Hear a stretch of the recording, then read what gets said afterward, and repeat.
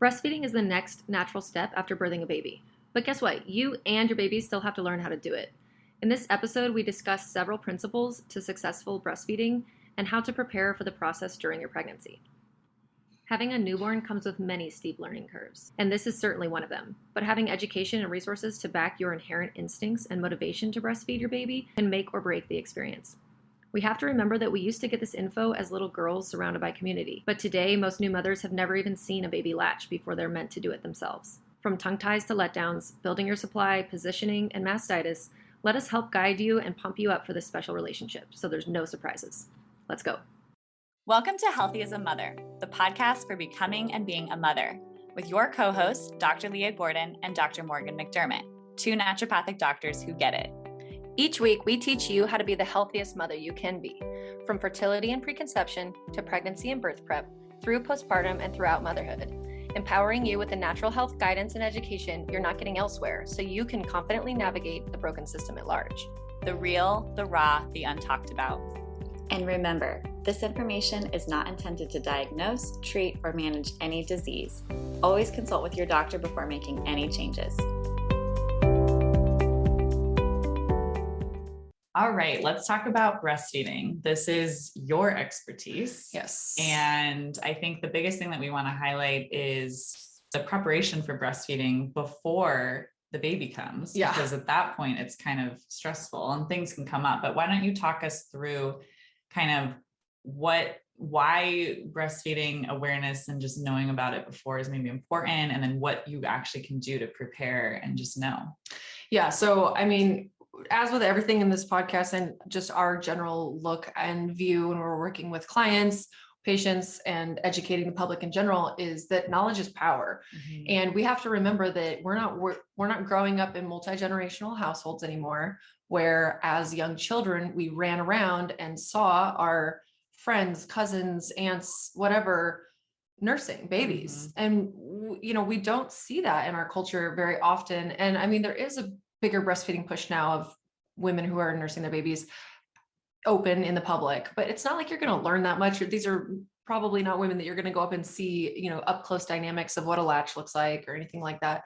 So we have to remember that that is where we came from. We came from this having been a very normalized aspect of raising children. It's the next step. And now we don't really see that. It's not really encouraged. And we're expected to just do it perfectly with our own babies when there's so many other overwhelming learning curves of being a new parent and taking care of a newborn and how to do this. So it's really my wish for everybody that they start to learn about breastfeeding during the time of pregnancy. Pregnancy being 9-10 months is such an opportunity to learn so many things and be prepared. Yeah.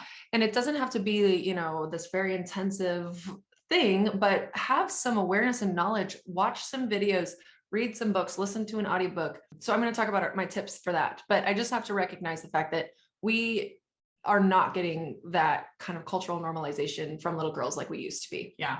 Which And is huge. Yeah. And just seeing, what does a woman do with a fussy baby that's not latching? And what are the different positions that you can hold a baby in? And what does a good latch look like? And have you ever seen somebody unlatch a baby and then take them off and put them back on because it was painful? Or did you know that when toddlers nurse, they maybe are like crawling up the back of your shoulder and then they're upside down? And this is all new information. It's such a sad thing.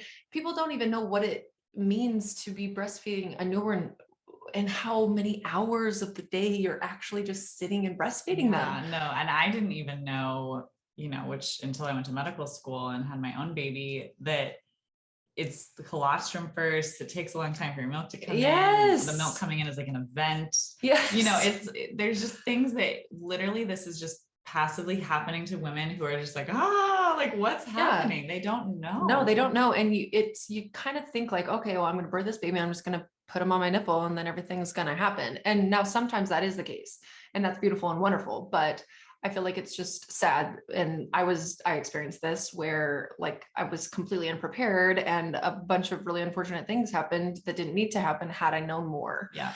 So that's a good point. Just so that we can talk about really quickly what happens is that throughout pregnancy, your breast will begin to be making colostrum. Colostrum is a temporary first milk that feeds the baby for the first 3 to 5 days of its life while the milk is coming in. Colostrum is milk. It's just a different form of it. And so a newborn's gut and body is designed to survive and only have colostrum.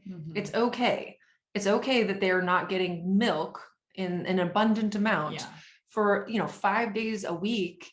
It's okay. Yeah. And so a lot of people are told, unfortunately, and this is something that's phasing out, but they'll give birth in the hospital, baby's 2 days old, they're about to get discharged, the baby's crying, and some nurse or somebody will come in and say, you just got to give that baby a bottle of formula. Yeah. No, the baby is literally not ready for formula. Their body is not, unless you cannot breastfeed or you're not going to breastfeed or something like that.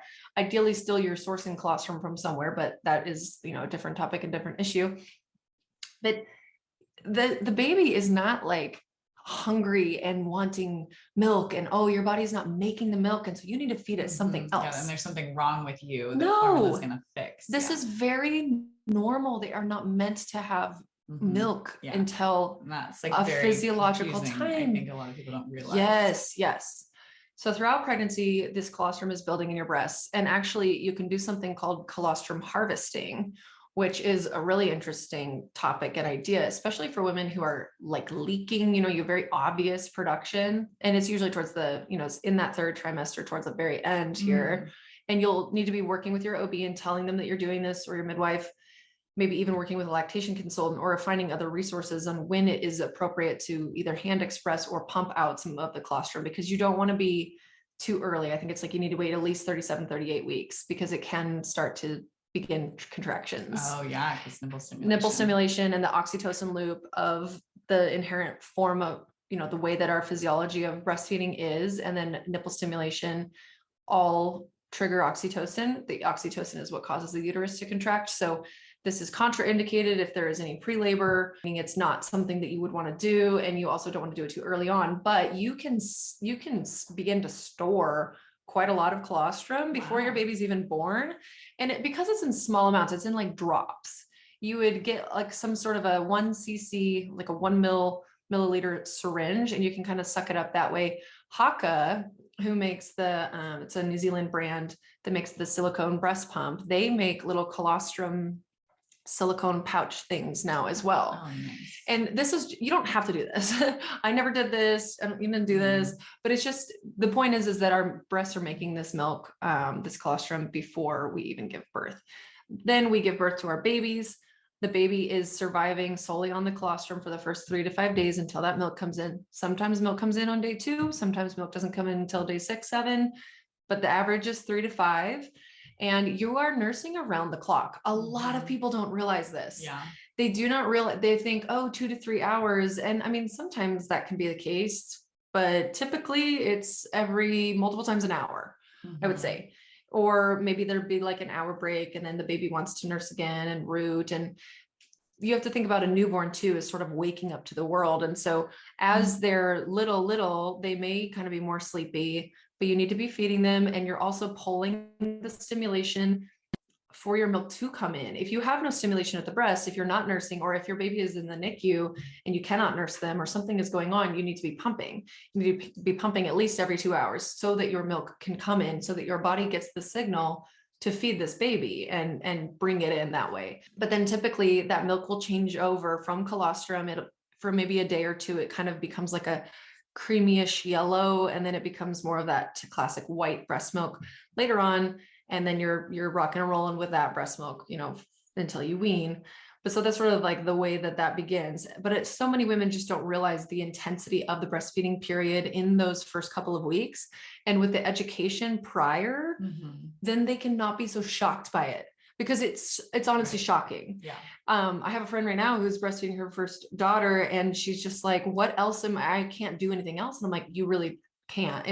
You're really just going to be sitting there for a long time. So you need a lot of support around this time. And it's short, and it's temporary, and it's not forever. And it's just in these first early weeks with a newborn, it's really heavy on the breastfeeding. And as they get a little older, the baby, and their mouth gets bigger, they start to become faster and faster. And it's not 15 minutes, 30 minutes. It's like 5 minutes, and then maybe you're still feeding every 2 to 3 hours. That frequency doesn't really change. Sometimes maybe it gets to 4 hours at some point later on, 6, 7, 8 months. But the frequency doesn't change as much as more of the speed. They become just so fast. They're downing the milk and then it's boom, it's done. So it's not as laborious in that kind of a way. But just to be able to have that basic understanding of kind of what is it going to look like? Okay, how much time is going to be allotted?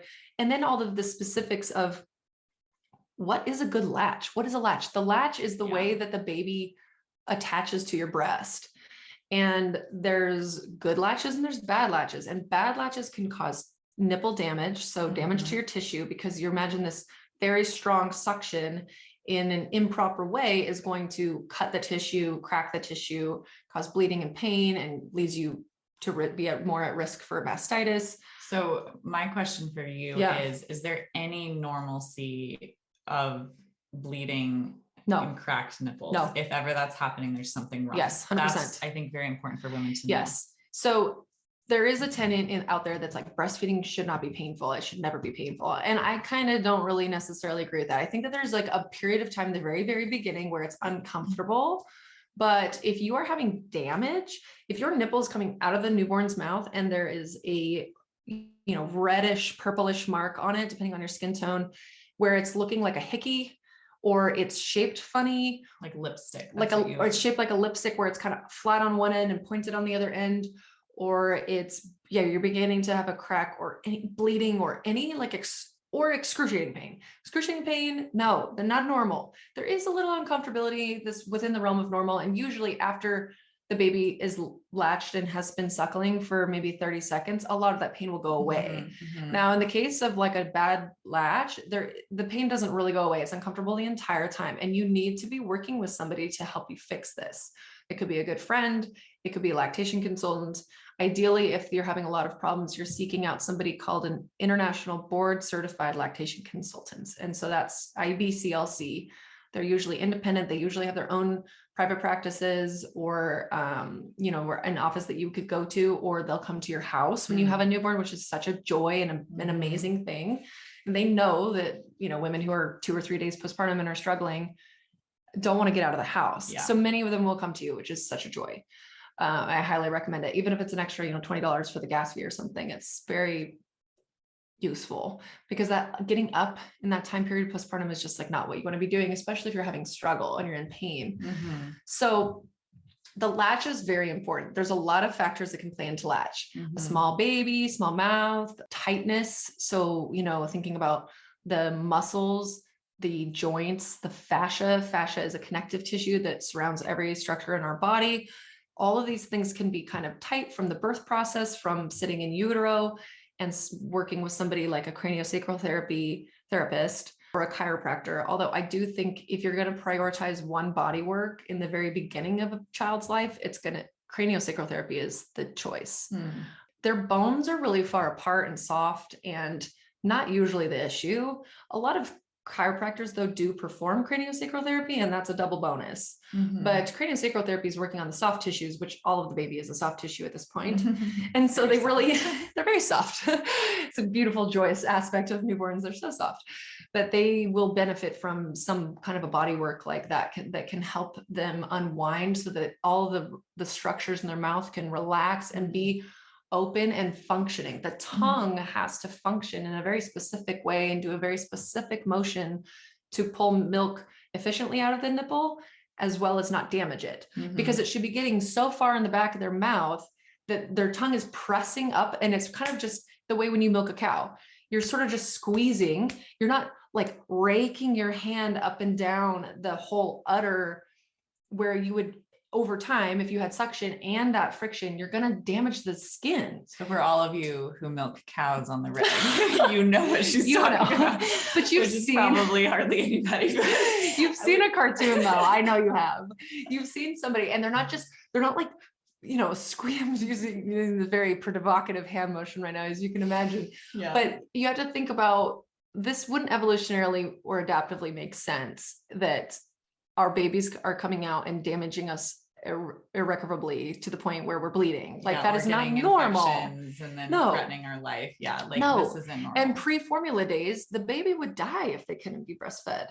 So this doesn't make sense? Is this pathological? And we need to know this before when we're going into pregnancy so that we can recognize, or during pregnancy rather, so that when we go into breastfeeding, we can recognize, hey, something's not right here. I really need to be getting extra support. Okay. So the biggest things for a woman, because she's not currently experiencing maybe an issue. Let's say this is the woman who's pregnant.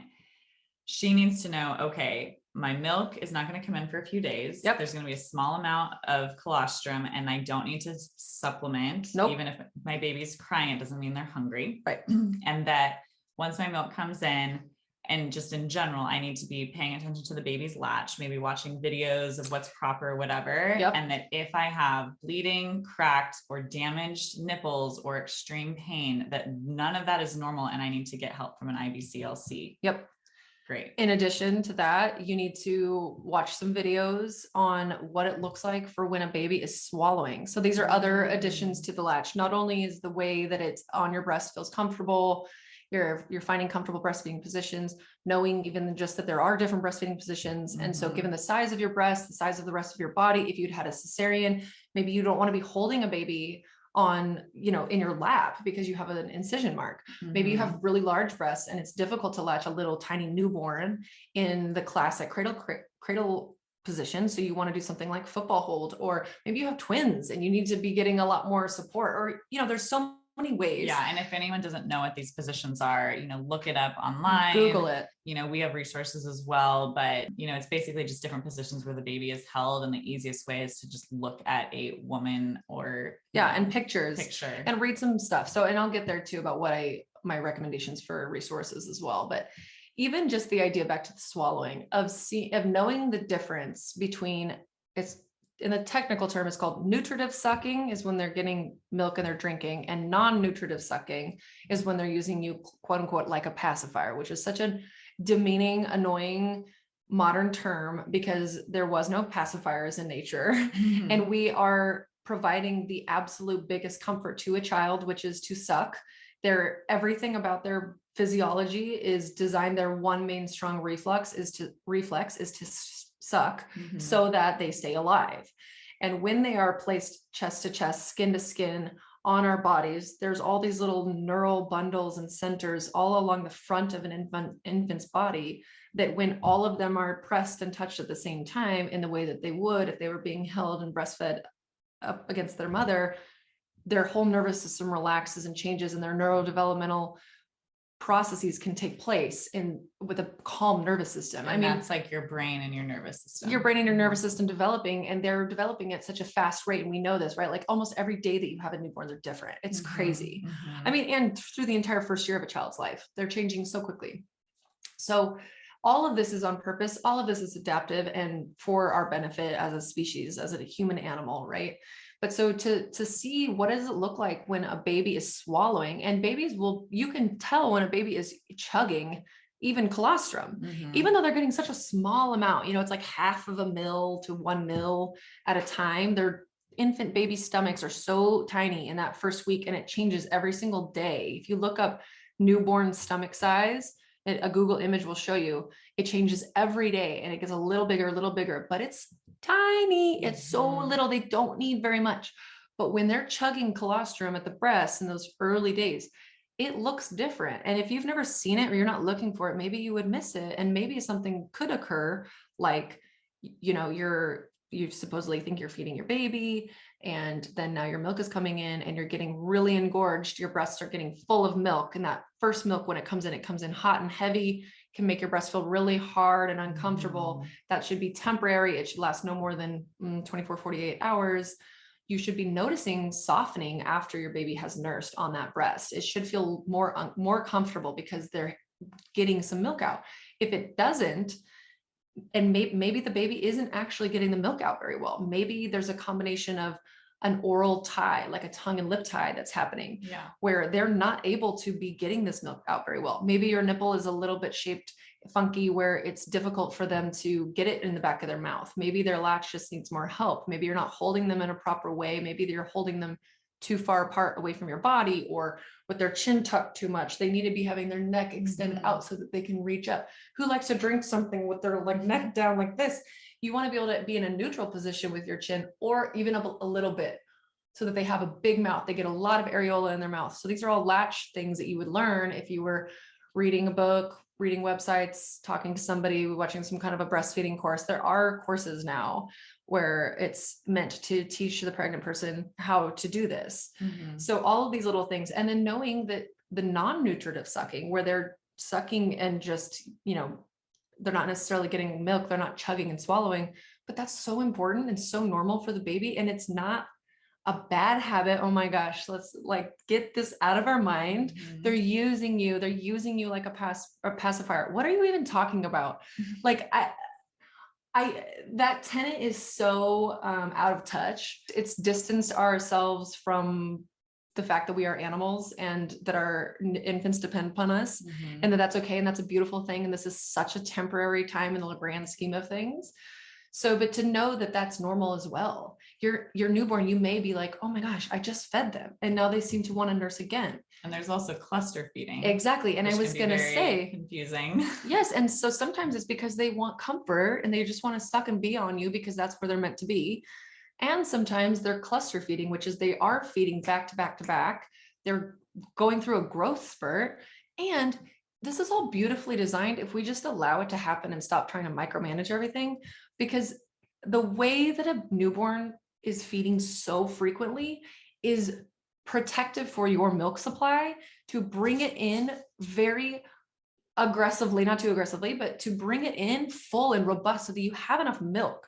There's so many people that don't have enough milk, and there's so many, we'll do an episode about that, because there's so many reasons that go into this, really fascinating epigenetic reasons from that woman in her own utero experience and her mom, and also thyroid, and also mental, emotional, postpartum depression and anxiety, and also not getting proper full breastfeeding, physiological breastfeeding education, and training their bodies to pop a pacifier inside of their baby's mouth. And that little slow effect over time, you didn't listen to your baby's needs, not to say to point fingers at any one person, because this is just bad advice that we've been given. And now you don't make enough milk for your baby because in that time period, that really intense time period, and I get it, it's so hard. Like I really, really, really get it. I get it. It's so tough. And it's designed on purpose so that there is enough milk for this baby. So these are all the kinds of things that I wish people would learn before, and they don't have to become experts, but I wish that it was something that was talked about at least one layer of exposure so that it's not new information. They're not like, oh, we're trying to find maybe, it in the sleep deprivation, yes, my nipples bleeding and I can't figure it out. They just know, oh, I remember learning that. I can go back to that resource. Exactly. Oh, there's a website, etc. So about resources, my favorite resources. There's 3 books that I really enjoy. There's a book called The Womanly Art of Breastfeeding by the latch League. I think a lot of people have heard of latch League. They are kind of this main organization that has chapters in cities all over the country. They run breastfeeding groups. You can look up your local latch League. Lay, like L-E. Yeah, L-E-L-E, Lay. No, sorry. I think it's L-E space and then leche. Leche, which is L-E-C-H-E, Leche League. So the milk. And you can go to their support groups. You can access a lot of information on their website. It's great. So The Womanly Art of Breastfeeding is their main book that they've written. Then there's a book called Ina May Gaskin's Guide to Breastfeeding. Ina May Gaskin is a midwife who has my favorite childbirth book as well, which is called Ina May Gaskin's Guide to Childbirth. Very good and just catchy titles. So she has a really good book as well. And then Jack Newman, which is seems odd maybe because it's a man, but he has amazing, I think he's British. I think he's British. He has amazing breastfeeding resources. And his website, I'm going to read it, it's called the International Breastfeeding Center, is the Jack Newman website. And on that website, there is a tab at the top that says videos and info. I could have avoided an entire slew of problems because I'd have just had more tools in my toolbox and knowledge behind me to know that something was wrong way earlier. And I waited to this point that was just traumatic for my son and I, so, and I'll deal with that, or I'll detail all those stories and details later, but he has videos on this website of a newborn suckling at the breast and not swallowing, and then a newborn that is swallowing. So you can see it, you can hear it, you can recognize it. He has good latch videos, bad latch videos.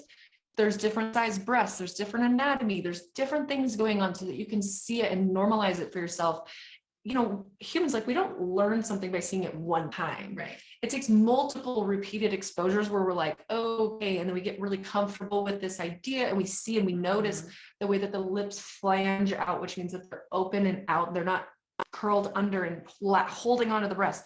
That should not be happening. If that's just these little things, I think if you can be watching some videos or reading some books. So those are my top 3 books. The International Breastfeeding Center is one of my top websites. My other top website is called kellymom.com, Kelly, kellymom.com. I'm assuming it's a woman named Kelly. I actually don't even know the origins of the website, but it is a method of breastfeeding information resource. It's so good. Pretty much any breastfeeding topic or problem that you have, there's articles, there's links to other resources. It's really, really well done. It's my favorite. I love it. Okay, my other top advice, besides just finding these sort of resources that you can glance and look through and begin to build We'll put all of this in the show notes. Yes, to build your breastfeeding knowledge throughout your pregnancy, is to find your local boob group or lactation group. Sometimes they're called boob groups, which I think is beautiful and like so cute and funny.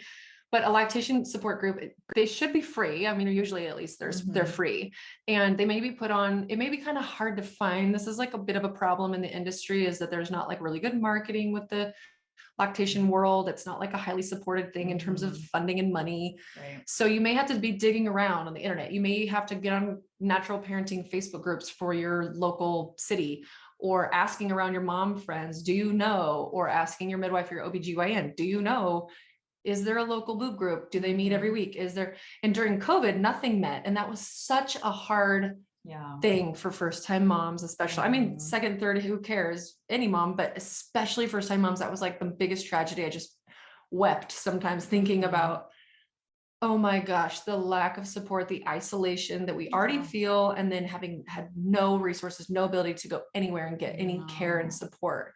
Like, such a sad thing. I think now things are beginning to change and groups are meeting again. And so finding something in your local area, maybe it's through the Leche League chapter, but there's probably a couple of different options unless you live somewhere very rural. And so finding those now in your pregnancy, because when you're tired and sleep deprived and you need the help, you have waited a little too long.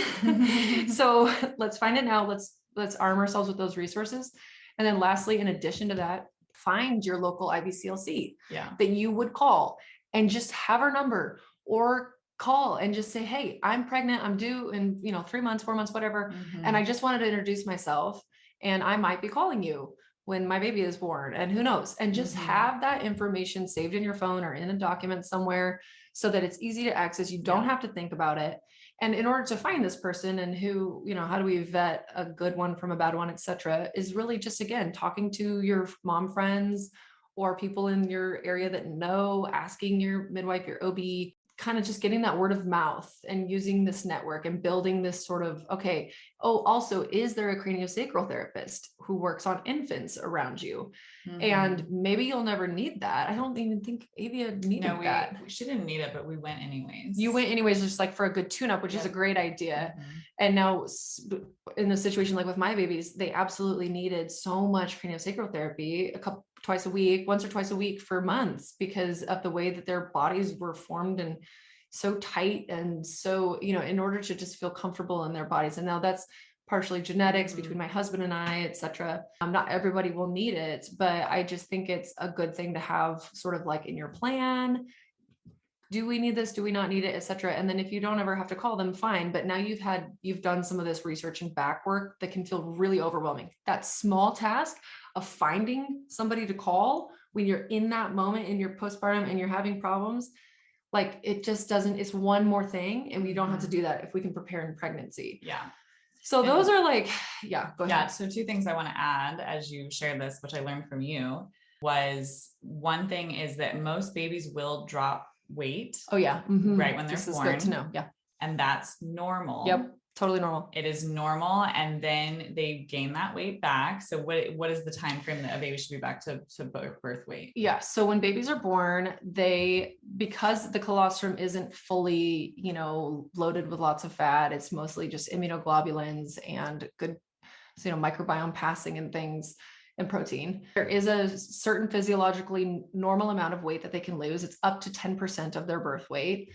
And then by that, within that first 10 days, 2 weeks, we want to see them steadily gaining and reaching their birth weight again. Yeah. So some people will be like, oh my God, you need to give them formula because they've lost weight. Yes. And that's not the case. And if you did get an epidural or an any IV, IV fluids, then your baby will be much heavier even when they're born, because they have all of that IV fluid in their system. Yep. And so it makes a more dramatic birth loss. Yes. And sometimes women are encouraged to go on formula because that loss, and you always have to keep in mind any IV fluid if you're in the hospital. Yes. Like IV hydration fluid.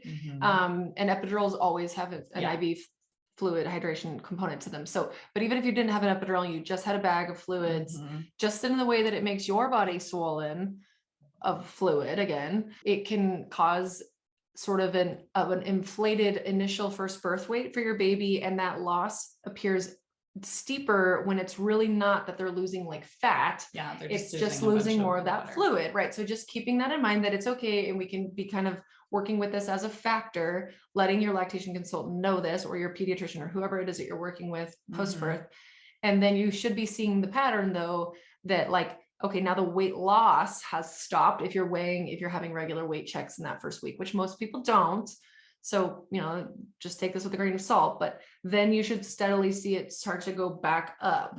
And it's somewhere in the range of a breastfed baby gains around a quarter to a half ounce a day, maybe up to an ounce a day. A half ounce to an ounce a day would be like ideal. And you can also do pre and post feed weighs, which you did at some of your food groups, which I thought was so cool. Yes. So say later on after your milk has come in and you have a 3-week-old and you're curious when they have a feed, how much are they transferring? How much are they getting?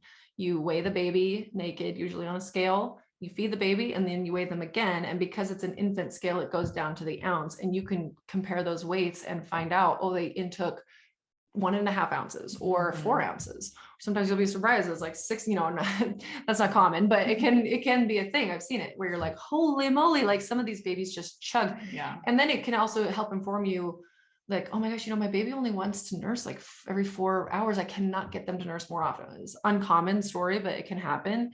And it's like, well, let's weigh them. Oh, they're taking 6 ounces each feed or something like that. And how much is typical? Like just for someone who doesn't know, how much should 2 or 3. So 2 to 3 ounces of feed. And depending on their age, and it changes over time really quickly. But like after that first like 3-4 weeks, they're in that sort of typical range where they're getting around, between 1.5. Sometimes they snack. We just don't ever really know. Sometimes they'll snack every hour and they're getting 1.5 ounces or something. Sometimes but I would say like between 2 and 4 ounces, but 2 to 3 is probably most common, somewhere in there. That's how much they're getting. And the interesting thing is that, like I was saying, in the newborn phase, their stomach is so small and they're used to getting just a tiny amount of colostrum.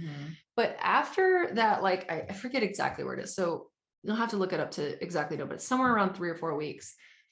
The amount that the baby intakes on a daily is the same the entire rest of the breastfeeding journey. It's somewhere between like 24 and 30 ounces. It's going to change based on the child, based on the contents of the milk, based on their activity, but it's the same. Like a 6-month-old does not drink more than a 1-month-old. Isn't that weird? I know. It's not like we continually have to make more and more milk because you're like you feeding your 9-month-old right now. You're feeding her the same amount that she was probably eating at 6 weeks in terms of ounces, but the milk changes. It goes from being very fatty to more proteinaceous, and it changes, if they're sick. It's such a beautiful dance. That's so cool. But so that's a really good point, that the baby will lose some weight, and that's a normal thing. And people really get freaked out about that. And I get that it can be concerning, but it's also normal. Yeah. And just to know if the baby is losing weight and that trajectory is not going back up, maybe the baby is just doing a non-nutritive suck. and has not, a hard is time not actually getting, because of maybe a latch issue or something Yes. like that, which was happening with your son. Yes, my son did not regain his birth weight until he was 3 weeks old. He lost over a pound, which was like 15% of his body weight or something. And it was really scary. I was told I did not have enough milk, which was not true. I was told he was not tied, which was not true. Yeah, he had a tie. He was and lip that's why and he tongue couldn't. tied severely, and I had so much milk, and it was just not getting out. He would latch, and what I thought he was drinking, he was just flutter sucking. He was just doing this very light little suck because his mouth couldn't really do what he needed to do. And I was like, oh my gosh, I'm nursing him 45 minutes each side. Like, And I don't think understand. That's so important for women to understand. Yes. Just because the baby is at your nipple and appears to be sucking, this is why doing this education beforehand to know what a true proper latch is, a true proper suck, and the swallow, so important, because you had such a hard time. Oh my God. And he destroyed my nipples because I was just feeding him. And then I was told, the advice I was given was feed him more often, feed him for longer. I'm like, lady, I'm literally feeding him for 45 minutes on each side, every 2 hours.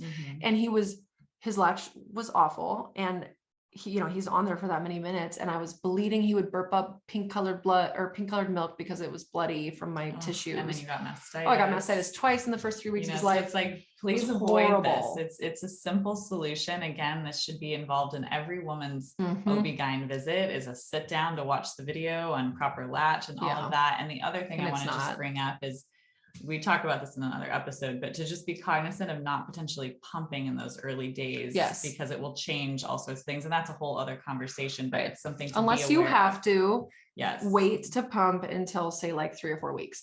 You want your milk supply to be mostly established by your baby's true need. And we don't want to be stimulating our breast to be making more milk than we need by using a pump that's using an unnatural suction and an unnatural, force of stimulation at the breast.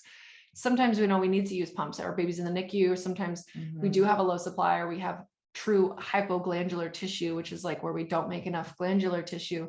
There's a time and a place, but for the average woman feeding the average newborn in an average situation, avoid using the pump. You can use something like the Haka, which is a silicone breast pump that you latch onto like one side gently.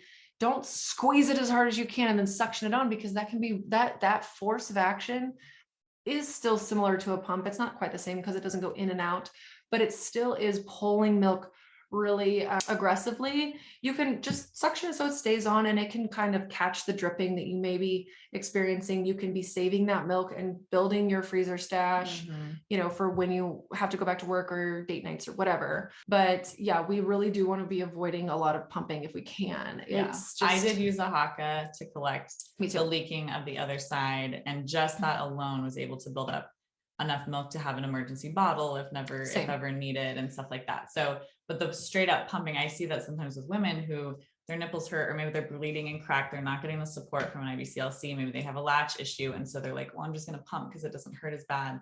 But then they create oversupply that can lead to mastitis and things like that. And so just being mindful. And they're still not addressing the problem, which is a bad latch. It's just like overriding it. Like, I'm just going to do this instead. It's like, no, we need to figure this out. It's a symptom, just like everything we talk about on this podcast. It's a symptom that has a root cause. And if you just ignore the symptom, you are not getting to the underlying cause that your body's intelligently telling you to pay attention to. So know what is normal, what's in the realm of normal with breastfeeding, what is in the realm of abnormal, and what to just look out for. I think it's just like, of course, why don't we do this? I know. And then, lastly, I'll just say that that's all the stuff I wish that people knew before they were going into breastfeeding. And then just really only focus on breastfeeding a newborn. You don't need to be looking into all of the information about what it's like breastfeeding a 6-month-old or a toddler. Like, take that one step at a time. When you introduce food, it's like, that don't think about that. Don't worry about that. But that can be helpful for now. Let's say, you've established breastfeeding, you're going out to these boob groups or something, and that's the stuff that you may learn, which is cool to hear from these other people in this group. Usually there's a part of the meeting where like each person is going around and they're talking about their struggles or their wins, and you'll learn like, oh, I didn't even know that, a nursing strike was a thing. And that's like when a baby suddenly just kind of refuses the breast for a period of time. Or, oh, how do you manage getting bitten when they have teeth, or etc. So there's continual education that will be happening throughout the breastfeeding process. Maybe you can just talk about it with your friends, take it day by day, visit blogs, whatever. It's your Instagram or TikTok accounts that are educational for you. But in what I'm wishing for people to focus on is just getting the breastfeeding established and the newborn latch, and just knowing that there's a lot of components to that sometimes. And sometimes it's also very easy for women. Like, it was so easy for you. And it was so wonderful to see that your baby's latch, the moment she was born, was perfect. Yeah, it was perfect. It was amazing to see that, because I did not have that experience. And it's so cool to see normal physiological processes happening. When possible. That is possible. Yes. And so many women do have a fine time. And so I don't want to freak anybody out, but I do just think it's good to know that but not to have like, well, my friend breastfed just perfectly and my experience is different, and that you just recognize why it's different and how to help you, because we are all different people and our babies are all different. It's an interplay. I'll leave you with this, my very favorite quote, which is, I don't know who it sings it, sings it. You can sing I'll sing it. It is the quote that is now sung by Dr. Morgan. Someone else said it, but I'm going to sing it. So it's my thing. Women learn to breastfeed by breastfeeding. Babies learn to breastfeed by breastfeeding. That's great. There we go. So it's just this idea that it's an interplay of learning. You learn to breastfeed by breastfeeding your baby. Your baby learns to breastfeed by breastfeeding. There is so much to be said about when a baby latches and it's painful. You take them off, you put your finger in the corner of their mouth to release the suction. You don't just rip them off, because it's going to go and it's going to pull on your tissue. And it hurts so bad. It hurts so bad. So you unlatch them and you redo it again.